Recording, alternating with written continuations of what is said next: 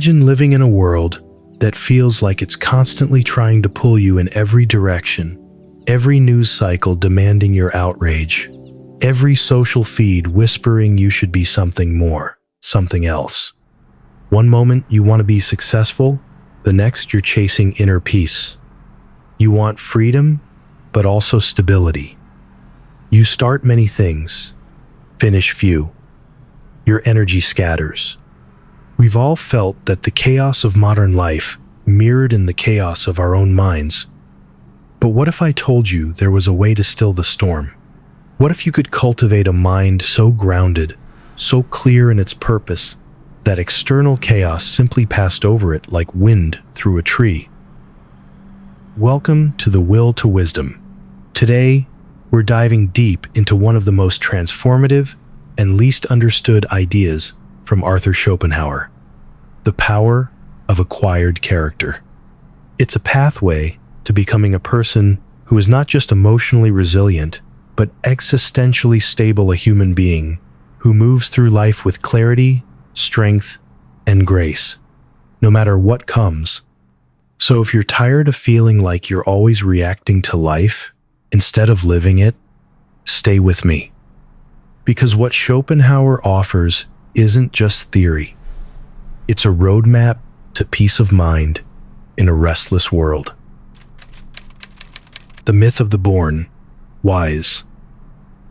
Let's start with a common misconception: that strength of character is something you're either born with or not. We look at people who are calm under pressure, decisive, immune to flattery or fear, and we assume they were just made that way. But Schopenhauer challenges that belief. He tells us that what we call character is not a single trait, but a layered structure. At the bottom lies the intelligible character, the metaphysical essence of who we are, beyond space and time. This part is fixed, unchanging, and unknowable in itself. Then, above that, sits the empirical character, how your will manifests in the world. This is your personality, your tendencies, your reactions. And here's the important part: this empirical character is also consistent. Schopenhauer compares it to a law of nature. Given the same situation, it will act the same way. But here's the twist. Even though your empirical character is fixed, you don't automatically know it. In fact, much of our suffering comes from not knowing who we truly are. The conflict within. Have you ever made a decision that went totally against your instincts? Maybe you took a job you knew you'd hate because it paid well, or stayed in a relationship that felt wrong just because it looked good on paper. These aren't random mistakes. They're signs of inner conflict when your reason drags you away from your deeper nature. Schopenhauer explains that reason, our ability to imagine possibilities, can actually obscure self-knowledge. It shows you all the paths you could take, but it doesn't tell you which one aligns with your empirical character. That's something only experience can teach. This is why we often feel like we're being pulled in contradictory directions. You may feel a pull toward both ambition and peace, fame and anonymity, risk and safety. And without clarity, we try to pursue all of them, like children grabbing everything at a fair, and end up zigzagging through life without ever truly moving forward.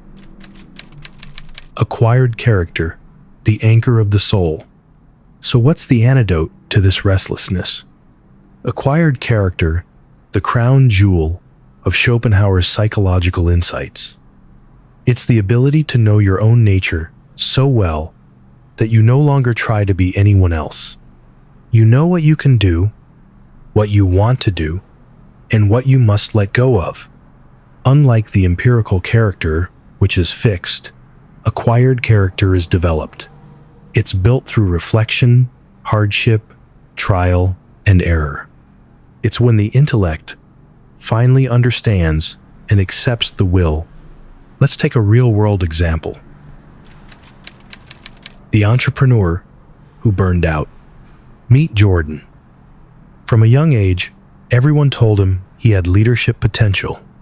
He was smart, ambitious, charismatic. Naturally, he gravitated toward business. He devoured books on startups, followed every self-help guru, and eventually launched his own company. But years in, Jordan was exhausted. Not just from the long hours, but from pretending to be someone he wasn't. His true nature wasn't risk-loving. It was cautious. He liked structure, not chaos. He thrived in research, not in sales pitches. He'd forced himself into a mold he never truly fit. When he finally stepped back and reflected, something clicked.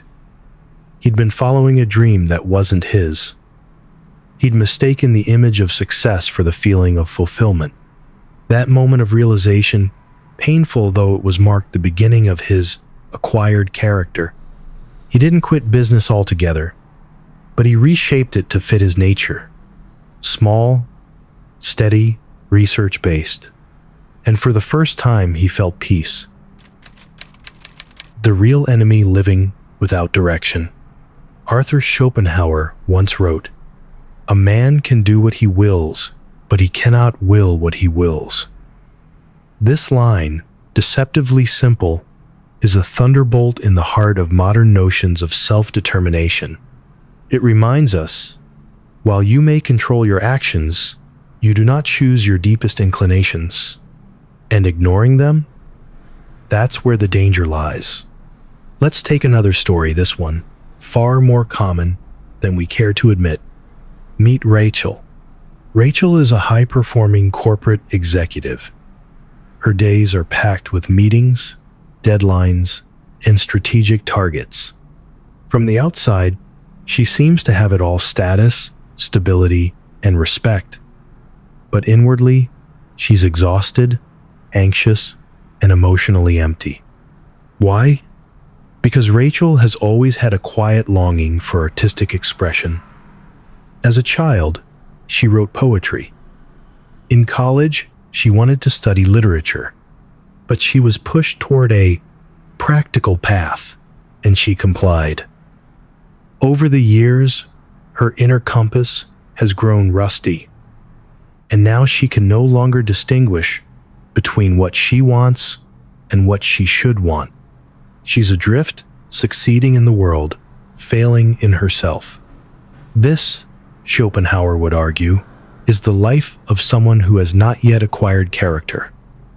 Rachel is not evil, foolish, or broken. She's simply unrooted, blown around by expectations, ideals, and borrowed ambitions. Her unshakable mind was never built because she never paused to ask, "What is true for me?" This kind of misalignment is more dangerous than most external failures. When we fail at something we're not suited for, it doesn't just cost us time, it eats away at our self-worth. The constant feeling of dissonance erodes our confidence until we become what Schopenhauer called self-tormentors. The cure? Brutal honesty, relentless self-inquiry, a willingness to admit what we are and what we are not. Character is not discipline, it's self-knowledge. In today's world, we glorify discipline. Hustle culture tells us that waking up at 4 a.m., cold plunging, and running 5 miles before breakfast will make us unshakable. But Schopenhauer would disagree. To him, discipline without understanding is wasted effort. You may be strong-willed, but if you're pouring your energy into goals that don't suit your nature, you're simply digging the wrong well faster. The point isn't to become rigid and controlled. The point is to see clearly and then act in accordance with that clarity. Imagine trying to sculpt a marble statue with no idea what figure lies within the stone.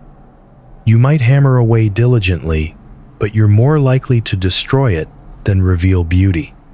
Acquired character is knowing the sculpture that's hidden within you and then chiseling with purpose, not just pressure. The peace of finality, embracing limits. There is a profound liberation that comes not from achieving everything, but from finally understanding what is not for you. In our age of limitless options, FOMO, fear of missing out, has become a low-grade plague. Every time we say yes to one path, we grieve the loss of another. But Schopenhauer flips this pain on its head. He tells us, acceptance is peace. Once you fully understand that your empirical character, your inner nature is fixed, you stop wasting energy trying to reinvent yourself. You no longer torment yourself with, what if I had chosen that? Or, why am I not more like them? Instead, you start saying, this is what I am. Let me master it. The man with acquired character does not waste time chasing illusions of greatness defined by others. He experiences greatness by becoming fully himself. The final test, responding to misfortune.